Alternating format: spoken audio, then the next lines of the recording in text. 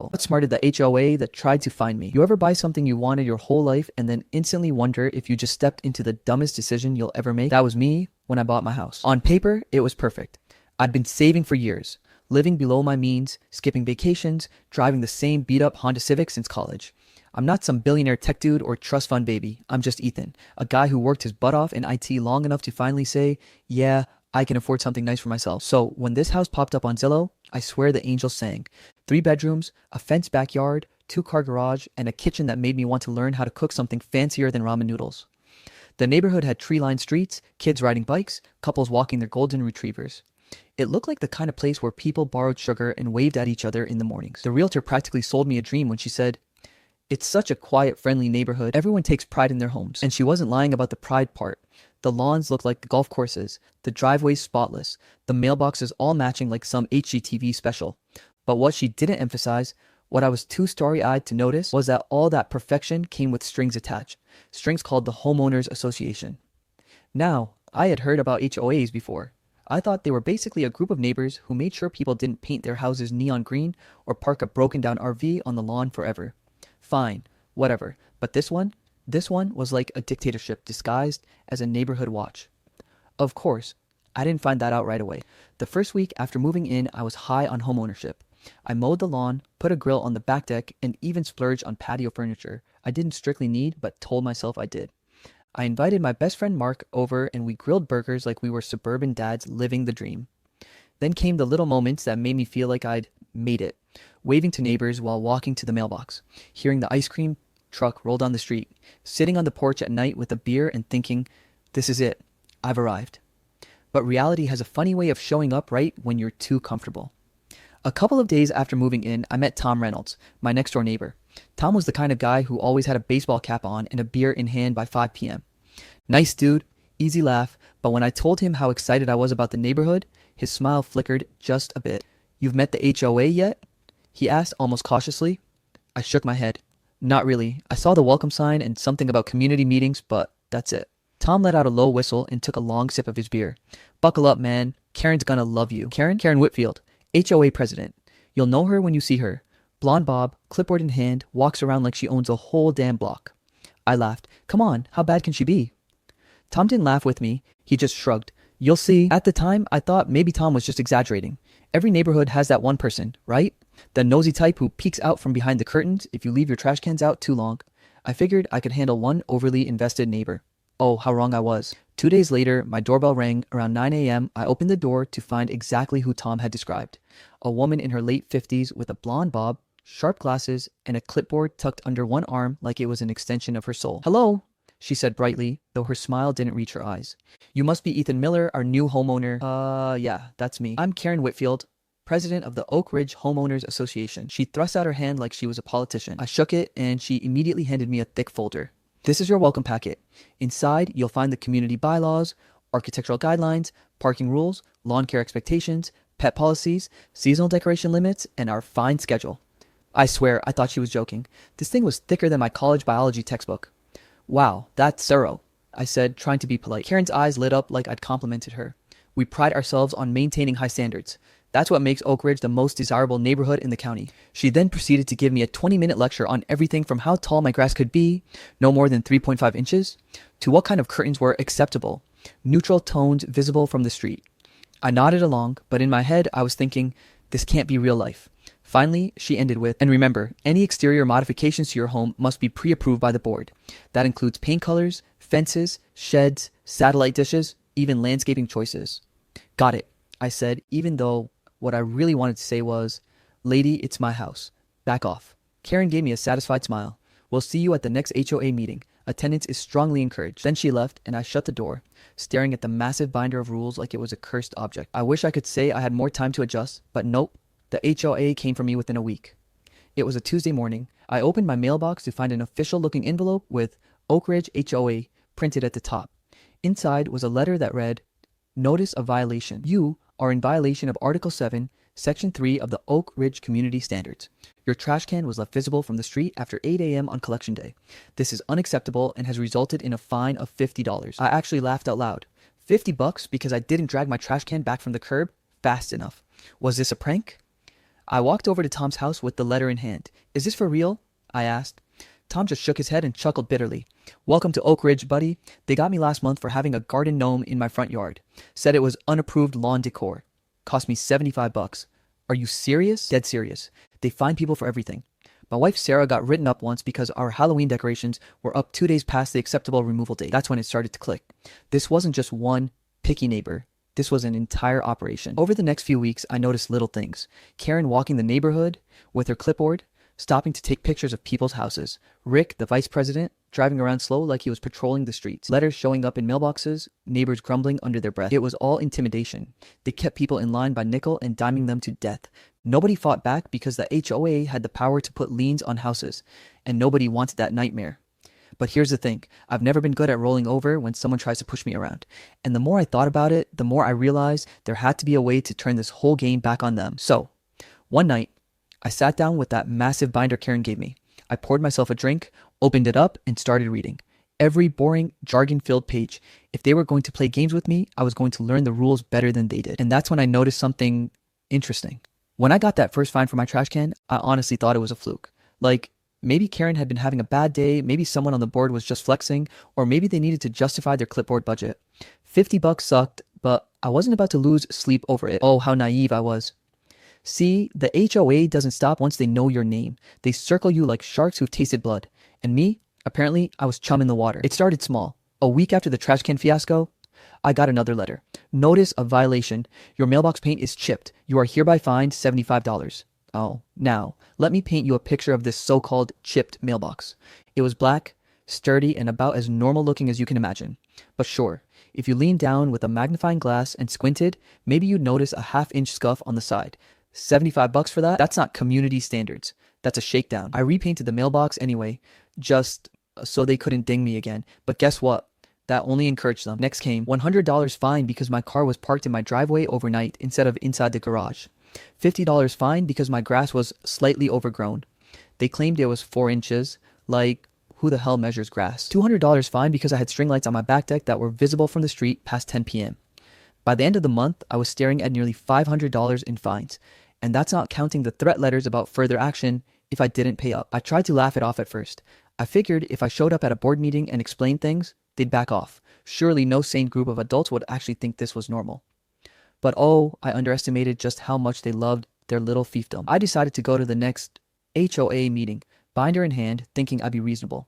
I sat in a folding chair in the community center alongside about 25 other homeowners. At the front of the room sat the board: Karen, president; Rick, vice president; Linda, treasurer; and George, secretary. Karen opened the meeting like she was running a Fortune 500 company. "Welcome, residents. We'll begin with community updates." They droned on about landscaping budgets, upcoming approved paint color updates, and some nonsense about new security cameras at the pool. Then came the part where residents could bring up issues. I raised my hand. "Hi, yeah, Ethan Miller, new homeowner on Maple Drive. I've been getting a lot of fines recently, and I just wanted some clarification." Karen smiled like a cat looking at a mouse. "Yes, Mr. Miller, we take community standards very seriously." "Right, I get that," I said. "But $75 for a chipped mailbox, $100 for parking in my own driveway? That seems a little excessive." Rick leaned forward, smug as hell. "The rules are in place to maintain property values. If we allow one person to ignore them, the whole community suffers." I looked around the room. Does anyone else feel like these fines are a little out of control? A few people shifted uncomfortably. One older guy coughed, but nobody said a word. Karen smiled, didn't budge. "The fines are clearly outlined in the bylaws you received in your welcome packet. If you'd like, you can appeal them formally, but I'll remind you that unpaid fines can result in liens against your property." And there it was, the threat: pay up or we'll come for your house. I sat back in my chair, boiling inside. These people weren't interested in fairness. They weren't even interested in standards. They were drunk on power. After the meeting, I caught up with Tom outside. He shook his head. "Told you, man. Once they got you in their sights, they don't stop." Another neighbor, Priya, joined us. She was a young professional who lived 2 streets over. "They towed my car from my own driveway last year," she said. "Claimed it had an expired inspection sticker, even though I'd already renewed it. Cost me $300 to get it back." "You're kidding." "I wish." And Linda, the treasurer, she had my friend's account accidentally overcharged for fines by $400. Took months to get it reversed. They never apologized. Then Tom leaned in. "They tried to lien old Mr. Alvarez's house last year. Claimed his shed wasn't painted the right shade of beige. He's a veteran, lives on a fixed income. Almost lost the place." My stomach dropped. This wasn't just a few power trips. This was a pattern. A business model, practically. They squeezed homeowners until they gave up or caved in. That night, I decided if I was going to survive here, I needed to be smart. I bought a file cabinet and labeled a folder HOA evidence. Every letter that came in the mail, straight into the folder. Every email, printed and saved. Every phone call, logged with date, time, and summary. Every time Karen stopped in front of my house to scribble something on her clipboard, snapped a photo from my window, if they wanted to play dirty, I was going to keep receipts. It didn't take long before the folder started to fatten up. The HOA wasn't shy about paper trails. They practically loved sending letters. And the more I read them, the more I noticed something interesting, inconsistencies. For example, one letter said my grass couldn't exceed 3.5 inches. Another, a month later, said 3 inches. The fine schedule they mailed me had amounts that didn't match the fines they were actually charging.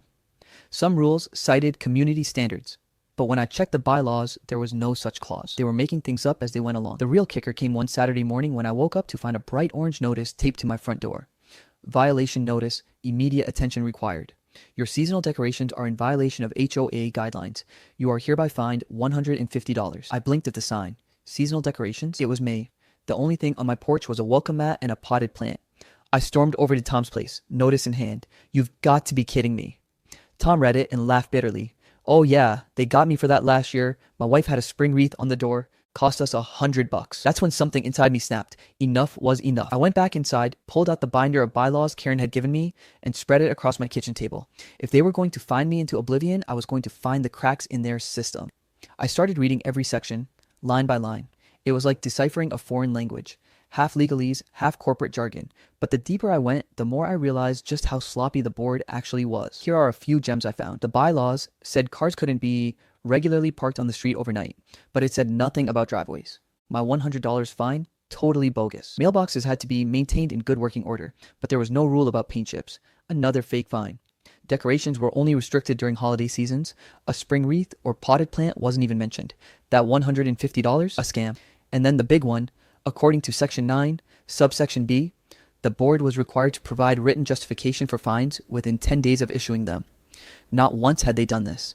Every single fine letter I had was a violation of their own bylaws. That night, I sat back in my chair, a grin spreading across my face for the first time since moving in. If they wanted to play this game, I was ready. I wasn't just going to fight their bogus fines. I was going to beat them at their own rulebook. So there I was, a fat binder of HOA bylaws on my table, a stack of violation letters in my folder, and a growing urge to burn the entire system to the ground. Figuratively, of course. I'm not an arsonist. I'm just a guy who hates being pushed around. By the end of chapter 2, well, my life's chapter 2, I'd already discovered loopholes that made half my fines completely bogus. But finding holes in their rulebook was just the appetizer. I wanted the full course meal. The dirt, the skeletons, the stuff they didn't want anyone to see. And let me tell you, once you start pulling on one loose thread of an HOA sweater, the whole thing unravels in a way that makes you wonder how it was ever holding together in the first place. If there's one thing I know from working in IT, it's that shady people always leave digital footprints. And HOAs, they collect dues from every homeowner. In our neighborhood, it was $200 a month, times a little over 120 houses. That's about $24,000 a month, or almost $300,000 a year. Now, ask yourself, what does a suburban neighborhood really need $300K a year for? We didn't have gold-plated sidewalks or a neighborhood orchestra. Our amenities were a pool, a playground, and some landscaping at the front entrance. Nice, sure, but not 6 figures nice. So I started poking around. I asked Karen at the last meeting if financials were public record. She gave me the fakest smile and said, of course, any resident can request to review them. Challenge accepted. I sent a formal request for the last 3 years of HOA financial statements. Took them 2 weeks to process, and when I finally got the packet, it looked like it had been typed up by a drunk accountant on a Friday night. Numbers didn't add up. Expenses were vague. There was literally a $40,000 line item labeled miscellaneous improvements. Miscellaneous my ass. I cross-checked it with county records, tax filings, and even receipts I asked around for. That's when I noticed something. Some years, the HOA hadn't even filed proper tax documents. And the elections for board members, totally bogus. By law, they were supposed to hold elections every 2 years. Instead, Karen had been re-elected by the same 3 cronies on the board without notifying homeowners at all. The deeper I dug, the uglier it got. Fighting Karen and her clipboard army alone would have been suicide. I needed allies. Lucky for me, the HOA had been making enemies for years. I started small. Conversations on the sidewalk, a beer with Tom in his backyard, casual chats with Sarah when she was gardening. Then I branched out. Priya, who still hadn't forgiven them for towing her car. Mark, who had gotten slapped with fines for leaving his recycling bin out too early. Mr. Alvarez, who practically had a war story for every decade he lived here under HOA rule. The more people I talked to, the more stories I collected. A single mom fined $500 because her kids' bikes were left leaning against the garage. A retired couple threatened with foreclosure because they couldn't afford repainting their house in the approved beige fast enough. A guy named Jeff who got a violation letter for unsightly holiday lights when all he had was a single string of white lights on his porch. It was insane. One evening, I invited a handful of them over to my place. We sat in my living room, drinks in hand, AOA letters spread out on the coffee table like we were planning a heist. They're robbing us blind, Priya said, scrolling through the copies of financials I'd printed out. Look at this. Miscellaneous landscaping for $15,000, and then 2 weeks later, another $12,000 for lawn beautification. The entrance doesn't even have new flowers. They've been padding pockets, Tom growled. Mr. Alvarez leaned forward, his voice gravelly but strong. They've gotten away with this because nobody fights back. But you, kid, you're poking the bear. He wasn't wrong, but instead of scaring me off, it fired me up. That night, we formed an unofficial alliance. We weren't going to sit quietly anymore. Now, here's where things got fun. Because once you know the rules better than the people enforcing them, you can start playing games. I wasn't about to break the rules. That's what they wanted. No, I was going to follow them so obnoxiously to the letter that it would drive them crazy. Example 1. Lawn decorations. The bylaws said residents could have up to 3 tasteful lawn decorations as long as they didn't exceed 3 feet in height. It didn't define tasteful. So I ordered 3 giant pink plastic flamingos, each exactly 2.9 feet tall, lined them up proudly in my front yard. Perfectly legal. Absolutely hideous. Karen nearly choked on her latte when she walked by. Example 2. Driveway parking. They fined me before for leaving my car in the driveway overnight, but the bylaws clearly only prohibited street parking overnight. Nothing about driveways. So I parked my car diagonally across my driveway every night. Still not on the street. Still within the rules. Looks stupid as hell, but oh, it burned them. Example 3. Exterior paint colors. The rules required neutral earth tones. But guess what? Bright mustard yellow was technically listed under approved shades in Appendix C. So I painted my shed the most blinding shade of Dijon you've ever seen. Karen nearly had a stroke. Every time they tried to find me, I circled the clause, highlighted the loophole, and sent it back with a polite little note.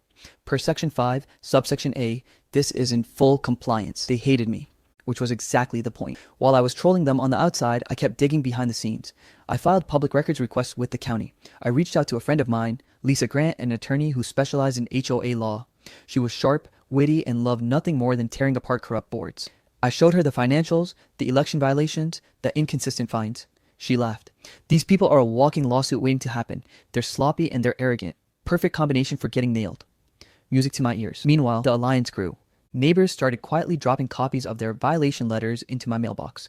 People who had been too scared before were suddenly emboldened. We had a group chat going, sharing photos, receipts, anything we could gather. It felt like building a rebellion in plain sight.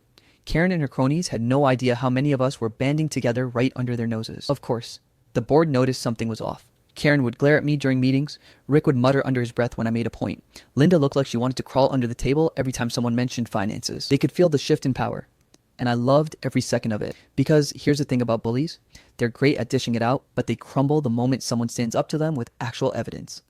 I wasn't just standing up, I was building a case brick by brick, a case strong enough to topple the whole rotten empire they'd created. By the end of that summer, I had a fat folder of evidence, a network of pissed off neighbors, and an attorney ready to pounce. And Karen, she still thought she was untouchable. She had no idea that her little kingdom was about to come crashing down. I'd been playing it cool for weeks. Flamingos on my lawn, mustard yellow shed, diagonal driveway parking. They thought I was just a nuisance. A guy with too much time and a taste for pettiness. What they didn't realize was that I'd been quietly loading ammo this whole time. Receipts, financial records, bylaw loopholes, and most importantly, neighbors who were fed up with their crap. And then came the meeting. HOA meetings in our neighborhood were usually sleepy affairs. 10 chairs set up in the clubhouse, half empty, with Karen at the head of the table sipping Starbucks like she was running the Pentagon. Most homeowners didn't bother showing up, because why would they? You go, you sit, they lecture you, nothing changes. But this time, this time was different. When I walked in, every seat was full. People were standing in the back. My alliance had shown up in force. Tom, Priya, the Alvarezes, Sarah, even quiet little Jeff with the Christmas lights violation. Word had spread, and everyone who'd ever been wronged by the HOA decided tonight was the night. Karen looked nervous the second she saw the crowd. Rick kept fiddling with his pen. Linda's smile was so forced it looked painful. They knew something was coming, but they had no idea just how bad it was going to get. Karen started with her usual script. Good evening, everyone. Thank you for coming. First on the agenda, reminders about keeping your lawns neat and orderly. I raised my hand. Yes, Mr. OP, she said with that tight smile. Actually, Before we get into lawn care, I have a few questions about the financials. Specifically, the $40,000 labeled miscellaneous improvements from last year's budget. You could feel the ripple in the room. Heads turned. People perked up. Karen's smile froze. That's not on the agenda tonight. Funny, I said, pulling out a binder and flipping it open, because the bylaws say any homeowner can request clarification on financial expenditures during general meetings. Section 8, subsection C. Would you like me to read it out loud? Her face went red. Rick jumped in. That's not necessary. Then answer the question. I shot back. Silence. That's when Priya piped up from the back. Yeah, where did that money go, Tom?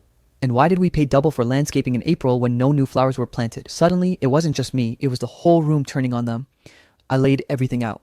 Copies of bank statements that didn't match expense reports. Photos of the entrance, before and after supposed improvements that looked identical. Election records, or rather, the lack of them. You haven't held a legitimate board election in 6 years, I said, loud enough for everyone to hear. Which means, legally, none of you even have the authority to fine anyone. Gasps. Actual gasps. Karen stammered. That's not accurate. I pulled out a printout of the state HOA statute. Highlighted, bookmarked, color-coded. According to state law, Article 4, Section 12, HOAs must notify all homeowners of board elections at least 30 days in advance and provide ballots. Did anyone here ever receive one? A chorus of no filled the room. I looked right at Karen. So either every single one of us mysteriously missed it, or you just didn't bother. It was beautiful. The look on her face was like a kid caught stealing candy on camera. Of course, bullies don't just roll over. The very next day, I got 3 new violation letters in the mail. 1. Unsightly flamingos, apparently no longer tasteful. 2. Improper shed color, despite being on the approved list. 3. Vehicle not aligned in driveway, which wasn't even in the bylaws. They were desperate. But here's the thing, they weren't just fighting me anymore. They were fighting the entire neighborhood. Because now, every time they tried to retaliate, 10 more people came forward with their own stories. It was like a dam had broken. Priya got slapped with a fine for a trash can lid being askew. She laughed, took a photo, and posted it in our group chat. Tom got dinged for grass too long. His mower had broken for a single weekend. The Alvarezes got cited for cluttered porch, which was literally just 2 rocking chairs. We started cataloging everything. Photos, dates, letters. Every ridiculous citation went into a shared Google Drive we dubbed the Karen Files. And then I called my lawyer friend Lisa. Lisa was giddy.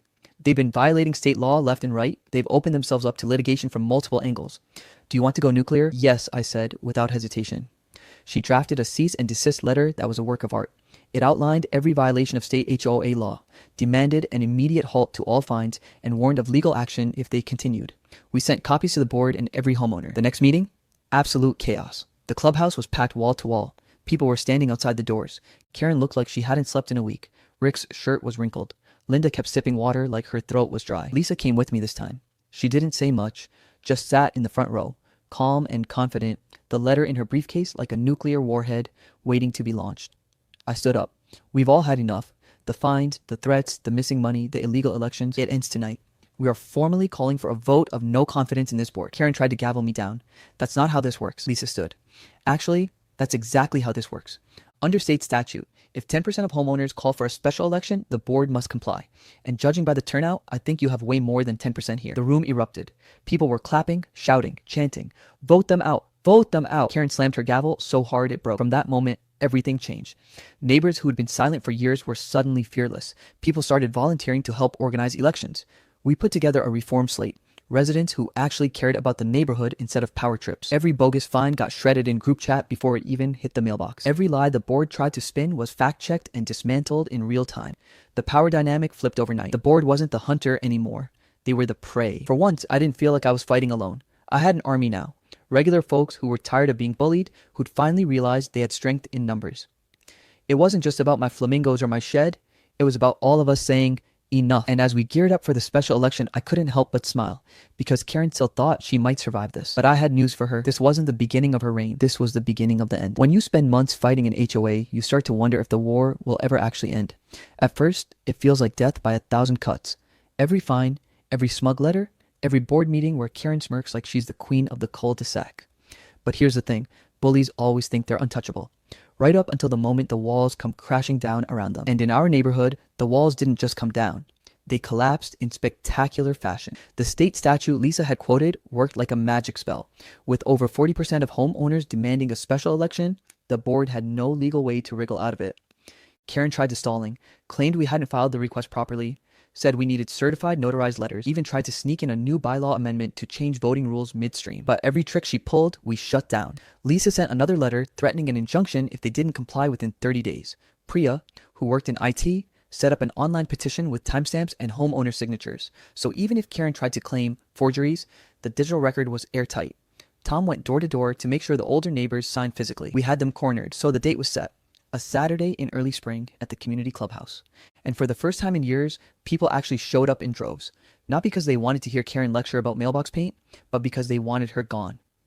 The weeks leading up to the election were chaos. Karen sent out frantic newsletters trying to spin the narrative. Beware of misinformation, she wrote. Certain individuals are attempting to undermine the stability of our neighborhood. Rick went door to door, trying to campaign like he was running for mayor. If we let them take over, property values will plummet, he warned. Linda tried to quietly clean up the books, but by then Priya had already uncovered years of sloppy accounting, missing invoices, suspicious cash withdrawals, landscaping payments to companies that didn't even exist. And George? Well, George basically went into hiding. Didn't return calls, didn't show up at meetings, nothing. I think even he realized the ship was sinking and he didn't want to go down with it. For the first time, the board looked weak and the neighborhood smelled blood. I'll never forget walking into that clubhouse. Normally, maybe a dozen people would trickle in. That day, it was standing room only. Neighbors who'd never spoken to each other before were greeting each other like old friends. People were buzzing with energy, whispering about fines they'd been hit with, laughing about the absurdity of it all, and most importantly, ready for change. Karen tried to run things like it was business as usual. She banged the gavel, called the meeting to order, and started droning about community stability. But when she got to the election portion, Lisa stood up. According to state statute, the process is simple, Lisa said, her voice carrying over the crowd. Each homeowner cast one vote, and the majority determined the new board. No tricks, no secret ballots stuffed under doors, just transparency. Karen looked like she'd swallowed a lemon. We passed out ballots, neighbors voted, and when the count came in, it wasn't even close. The reform slate we'd put together, me, Priya, Tom, and two other level-headed neighbors won in a landslide. Karen's little empire was officially over. If you've never seen a grown woman throw a tantrum in front of 50 people, let me tell you, it's both hilarious and depressing. Karen refused to accept the results. She shouted about conspiracies and illegal procedures. She threatened lawsuits, screamed at Lisa, and even accused me of bribing neighbors with free beer and barbecue. For the record, I did host a barbecue the weekend before, but it wasn't bribery. It was strategy. People talk better over burgers. Rick tried to back her up, but his voice cracked and people laughed. Linda burst into tears and mumbled something about just following orders. And George? He didn't even show up. In the end, Karen stormed out, swearing she'd see us all in court. Spoiler alert, she didn't. Taking over the HOA wasn't about revenge. It was about fixing the mess. The first thing we did was freeze all spending. Then Priya and I dug into the financials with Lisa's help. What we found was jaw-dropping. Tens of thousands of dollars unaccounted for, bogus payments to contractors, personal expenses disguised as community improvements. We handed everything over to the county auditor. Let's just say Karen and Rick suddenly found themselves answering some very uncomfortable questions. Meanwhile, we reversed every bogus fine issued over the last 3 years. Refund checks went out to homeowners, liens were canceled, people who'd been bullied into paying up finally got justice. For the first time in forever, the neighborhood actually felt free. But the cherry on top? Watching Karen's empire crumble completely. Without her iron grip, the HOA basically imploded. Membership participation had been so low for so long that once we restructured things fairly, most residents voted to dissolve the HOA entirely. The state allowed it since our covenants had been violated repeatedly and enforcement had become a legal liability. So not only did Karen lose her position, but the very organization she used to terrorize us with ceased to exist. She'd spent years nickel and diming us with fines, and in the end, she got nothing. No power, no money, not even the dignity of a farewell speech. The HOA went bankrupt. The neighborhood finally was free. Sitting on my porch now, looking at my ridiculous flamingos and mustard yellow shed, I can't help but smile. What started as a nightmare turned into a movement. Neighbors who barely spoke now wave at each other, share tools, host block parties. People plant what they want in their yards. Kids ride bikes without fear of being fined for leaving them on the sidewalk. The HOA tried to find me into submission. They thought they could bully me, bleed me dry, and make me another silent victim. Instead, they woke me up. And once I stood up, everyone else did too. That's the funny thing about power. It only works if people believe in it. And now, the only thing Karen rules over is her own bitter little world. Meanwhile, the rest of us are living in the neighborhood we always wanted. Free, fair, and ours. So yeah, call it petty revenge, call it justice, call it whatever you want. All I know is this. The HOA that thought they owned us is gone, and I've still got my flamingos. I've got to say, this story was incredibly satisfying. Seeing you stand up to a corrupt, power-hungry HOA and rally your neighbors was both inspiring and entertaining. You turned what could have been a draining nightmare into a movement that actually changed your community for the better. My only suggestion would be to stay mindful about how much energy battles like these can consume, because not everyone has the stamina you showed. Still, you didn't just win for yourself, you empowered everyone around you. That's real leadership, and honestly, it sounds like you got the sweetest revenge possible.